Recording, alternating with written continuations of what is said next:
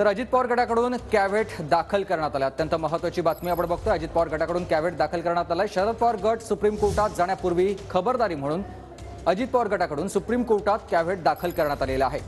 निवडणूक आयोगानं नाव आणि चिन्ह अजित पवार गटाला दिलेलं आहे आणि त्याचमुळे आता खबरदारी देखील अजित पवार गटाकडून बाळगली जाते। सुप्रीम कोर्टामध्ये त्यासाठीच कॅव्हेट अजित पवार गटाकडून दाखल करण्यात आलाय।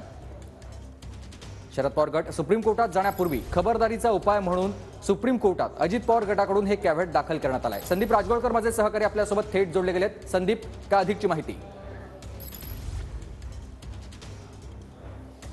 नाही, निवडणूक आयोगाने आपल्याला माहिती आहे काल निर्णय दिल्यानंतर जसं शिवसेनेमध्ये शिवसेनेतला ठाकरे गट हा सुप्रीम कोर्टामध्ये पोहोचला होता, तसंच शरद पवार गट देखील सुप्रीम कोर्टात जाणार असल्याचं खरं तर कालच स्पष्ट झालं होतं।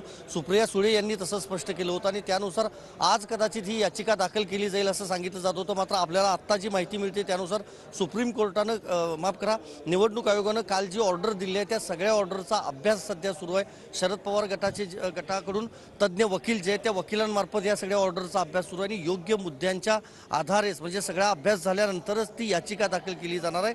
त्या योग्य मुद्द्यांच्या आधारे ती याचिका कदाचित येत्या 2 दिवसामध्ये दाखल केली जाईल। मात्र त्या याचिका दाखल करण्यापूर्वी अजित पवार गटाकडून हे कॅव्हेट दाखल करण्यात आलेलं आहे। म्हणजेच जर शरद पवार गटाची याचिका सुप्रीम कोर्टामध्ये दाखल झाली तर त्यावर सुनावणी करण्याआधी आमचं म्हणणं देखील ऐकून घ्यावं अशी मागणी जी आहे ती या कॅव्हेटद्वारे राष्ट्रवादी काँग्रेसनं म्हणजेच अजित पवार यांनी सुप्रीम कोर्टामध्ये केली आहे असं म्हणता येईल।